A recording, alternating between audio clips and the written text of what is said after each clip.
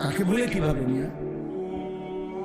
মাকে ভুলা যাইতে পারে, বাবাকে ভুলা যাইতে পারে, স্ত্রীকে ভুলাতে পারে, বন্ধুকে ভুলা যাইতে পারে, রবকে ভুলে কেন? আল্লাহকে ভুলে কি? এই জন্য আল্লাহ বলছে মা গাররাকা বিরাব্বিকাল কারীম।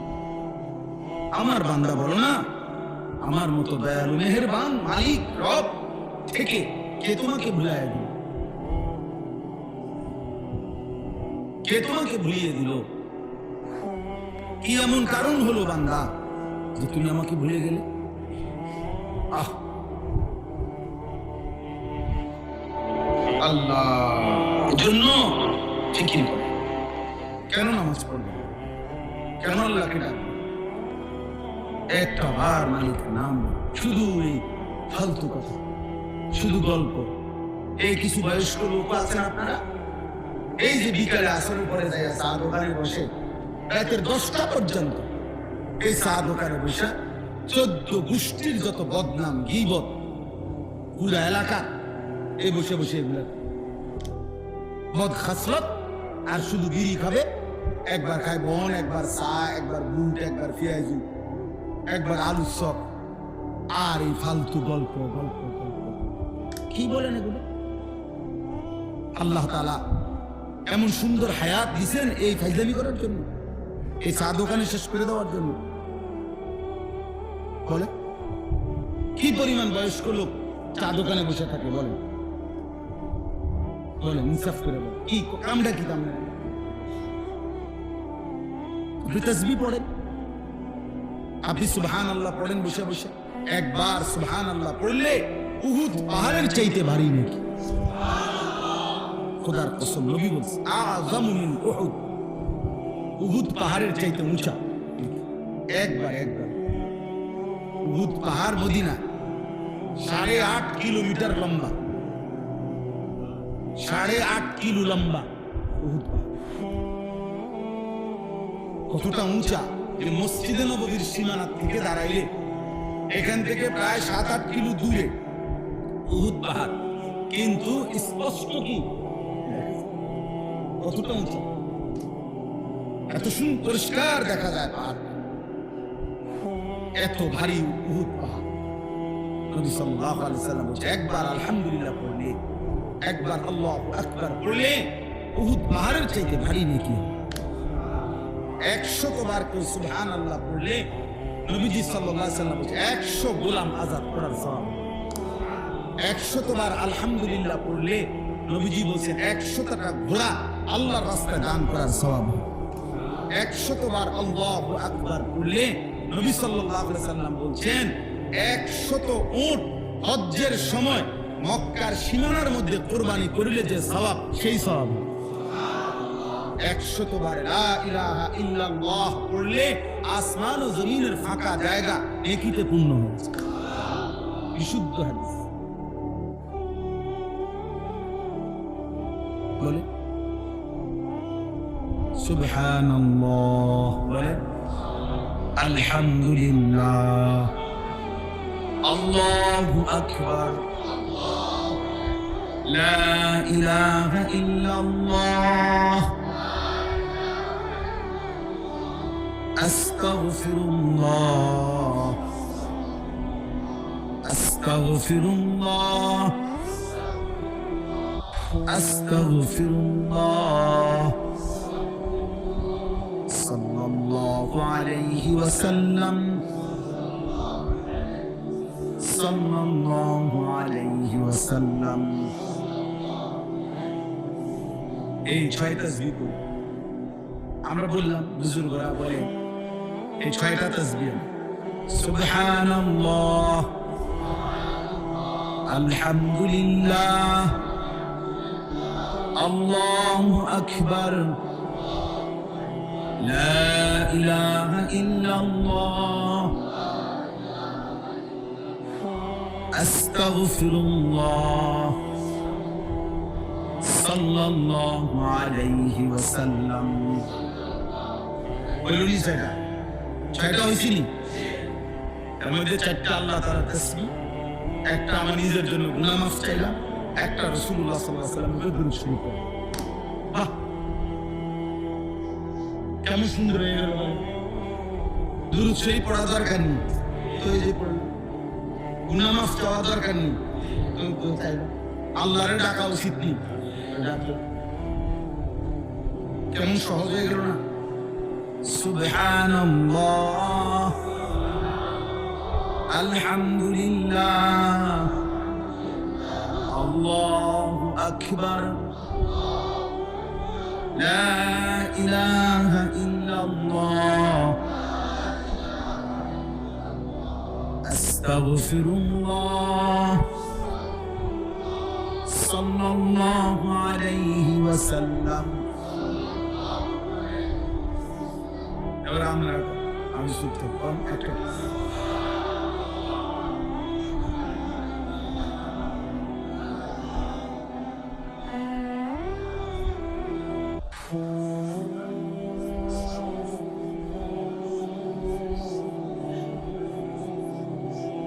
মনে রাখেন, যার মুখ দিয়া বের হইলেন মনে রাখে তোর উপরে খোদার লানত করছে দেখে বাইর হবে।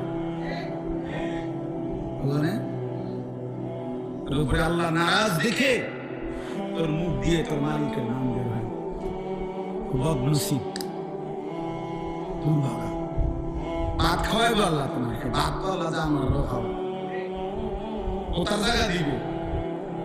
এসব পায়খানা করতে পারবা, দুনিয়া বুক করতে পারবা, দুনিয়া তো জানোয়ারও বুক। কিন্তু মালিককে ডাকার জন্য তৌফিক লাগে। কি লাগে? অনেক গাদ্দার আছে, এমন সত্য গাদ্দার, লড়তো না, মুখ গাও, মুখ খুললেন, এমন একটা বুদ্ধি না, একটা বিরাট কিছু। আমি ঘোড়ার ঘাস, আপনি ঘোড়ার ডিম, আপনি মাহরুম, আপনি বঞ্চিত,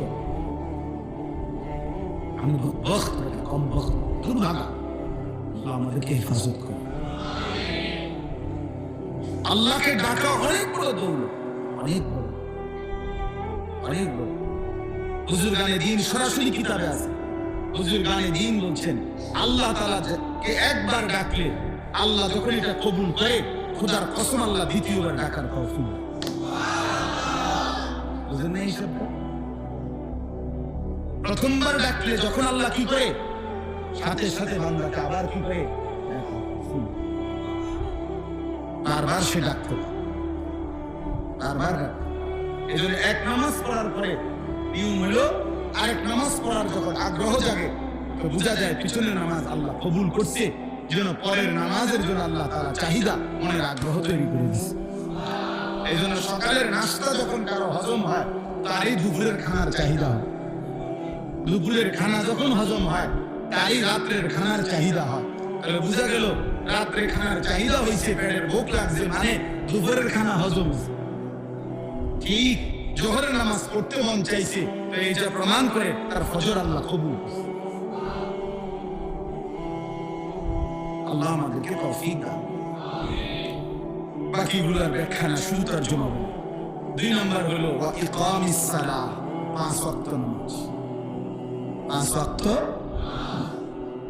আল্লাহ বলছে তারাই কেবল মানুষ, যাবতীয় ব্যস্ততা যাদেরকে 5 ওয়াক্ত নামাজ ভুলায় না। এই জন্য যে নামাজ পড়ে না সে কোনো মানুষ, বেনামাজি কোনো মানুষের একদিনে পড়ে না। ওই চতুষ্পদ জন্তুদের একটা কথা, চতুষ্পদ জন্তু নিচে দিয়ে সাইডে, আর ওর 2 হাত আর 2 পা মিলে সাইডে। এই জন্য আল্লাহ তাআলা বলছে মানুষকে বলছে আল্লাহর জিকির যে ভুলে না, ওয়া ইকামিস সালাহ, 5 ওয়াক্ত নামাজ যে ভুলে না। 3 নম্বর ওয়া ইতাইজ যাকাত, প্রত্যেক বছর হিসাব করে যাকাত আদায় করতে যে ভুলে না। এক নিঃশ্বাসে একবার, এটাই সুন্নাত, এটাই রাসূলুল্লাহ সাল্লাল্লাহু আলাইহি সাল্লামের তরিকা। আমরা যেটা পড়ি এটা সুন্নাতের খেলাফ, নিয়মের খেলাফ। এক নিঃশ্বাসে পড়ে ফেলে 8-10 বার সুবহানাল্লাহ, সুবহানাল্লাহ, সুবহানাল্লাহ, সুবহানাল্লাহ, সুবহানাল্লাহ। এটা কি? এখানে 2 নম্বর কথা হলো শুদ্ধ পড়তে হবে, বা এটা কলকুলার হরফ, বা এটা কলকলা করতে হা এত হলকের মধ্যখান থেকে উচ্চারিত হইতে হবে। সুবহানাল্লাহ করলে হা তো উচ্চারণ হয় না, এটা অশুদ্ধ। ইহ জীবনও এটা তাসবিহ হবে না। হা পুরো হা উচ্চারণ আপনি পারবেন, আপনার 14 গোষ্ঠী পারবেন, পারতেন না কেন?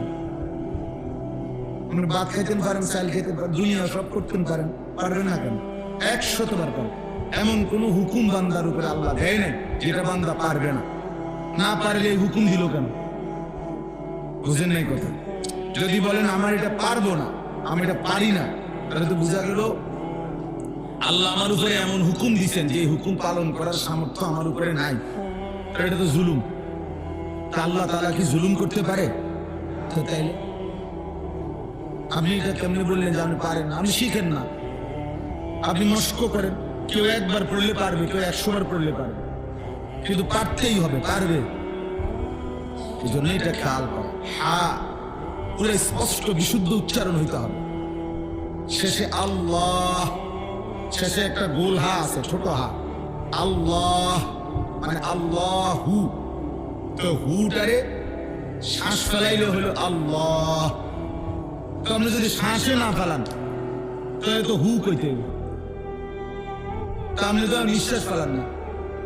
সুবহানাল্লাহি যদি নিঃশ্বাস না ফেলেন তাহলে এভাবে পড়তে হবে, সুবহানাল্লাহি সুবহানাল্লাহি সুবহানাল্লাহি, এমনি করতে হবে।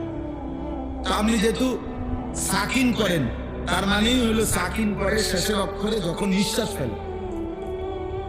বুঝছেন?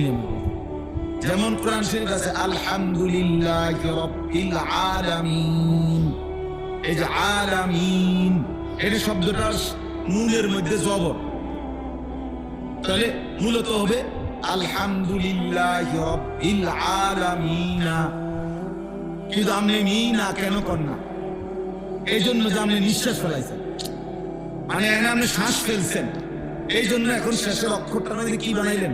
সাকিন। তাহলে এখানেও তো আপনি নিঃশ্বাস ফেলতে হবে, সুবহানাল্লাহ। এখানে যদি আপনি নিঃশ্বাস না ফেলেন তাহলে হাত আর সাকিন বানাইলেন কেন? যদি নিঃশ্বাস না ফেলেন তাহলে হার মধ্যে জের দিয়ে পড়তে হবে, তাহলে তো এটাও করেন না। দোনো দিক দিয়ে ভুল। এই জন্য সমাধান কি? সমাধান হলো নিঃশ্বাস ফেলতে হবে। বলে হুজুর এতদিন এটা শুনলাম না, আপনি শুনছেন, এটা আমনের দোষ, এটা আমার বিষয় না। কথা বুঝেন না? আপনি শুনছেন না কেন, এটা আমার অপরাধ, তো এটা আমনের বিষয়। আপনি বুঝবেন আপনি শুনছেন না। দেশের কত আইনই তো আমি জানি না, এই কারণে কি আইন এটা আমার উপরে বাস্তবায়ন হবে না? বলেন, আমরা যে রাস্তায় চলি, গাড়ির অনেক আইন, এই পুলিশ ধরলে অনেক আইন কয়। আমি যদি বলি না রে ভাই আমি তো এই আইন জানি না, এই বলবো আচ্ছা তো ঠিক আছে, আপনি যেহেতু আইন জানেন না জানগা নাকি, এটা বলবে হ্যাঁ পুলিশে। সে বলবে আপনি আইন জানেন না কেন? আপনার না জানাটা এটা আপনার অপরাধ, আমি না জানা আমার অপরাধ। এই জন্য এটা খুব খেয়াল। অনেক মুসলমান আপনারা যারা তাসবিহ পড়েন অশুদ্ধ অশুদ্ধ তাসবিহ পড়ে মাশাআল্লাহ, কিন্তু পরে এটারে মেশিনের মতো সুবহানাল্লাহ সুবহানাল্লাহ সুবহানাল্লাহ সুবহানাল্লাহ সুবহানাল্লাহ, কিচ্ছু হয় না। হা উচ্চারণ না হলে তো তাসবিহ হয় না। শেষের গোল হাটা সাকিন করতে হবে এবং প্রত্যেকবারই নিঃশ্বাস ফেলতে হবে।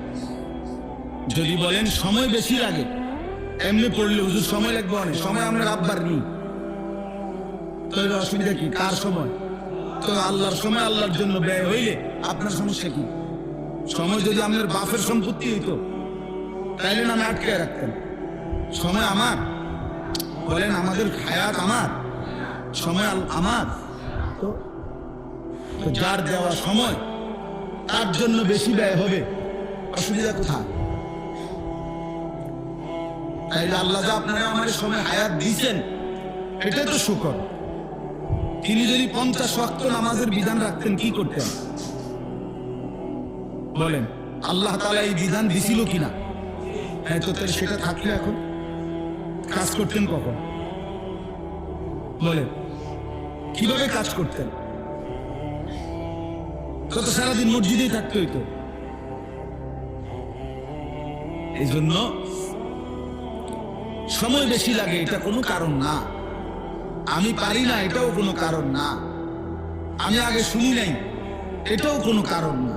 এখন শুনছেন, এখন ঠিক করবেন। যেদিন শুনছেন এদিন শুধরাইলো আর তওবা করলে যে আল্লাহ আমার ভুল হয়ে গেছে, আমি বুঝি নাই, আপনি আমাকে মাফ করে দেন, এখন থেকে ঠিক করব। তো আল্লাহ বলবেন যা ঠিক আছে বান্দা, পিছনেরটা মাফ করে দেবেন। কিন্তু গাঁট তেরামি করলে বেটা নতুন নতুন হুজুর আইয়া লম্বা লম্বা কথা কয় বেটা, হ্যাঁ বাতাসে বুঝাইছিনি তোমরা, হ্যাঁ অনেক আছে এরকম মাতবরি করে, আমনে মাতবর চাচা, আমনে মনে রেখে টাঙ্গাইয়া ফিটবো, টের পাইবেন কবরে গেলে না। ফেরেশতা যখন আপনার টাঙ্গাইয়া ফিটবে তখন না বুঝবে না, আরে বাতিজা তোমার কথাই তো ঠিক আছে। এই জন্য অহংকারের কোনো সুযোগ নেই, এটা গাফলতি খামখেয়ালি করার, তুচ্ছ করার কোনো সুযোগ নেই। দিন সহি শুদ্ধ হিসেবে আমল করা জরুরি, বাধ্যতামূলক, এটা জরুরি। প্রত্যেক আমল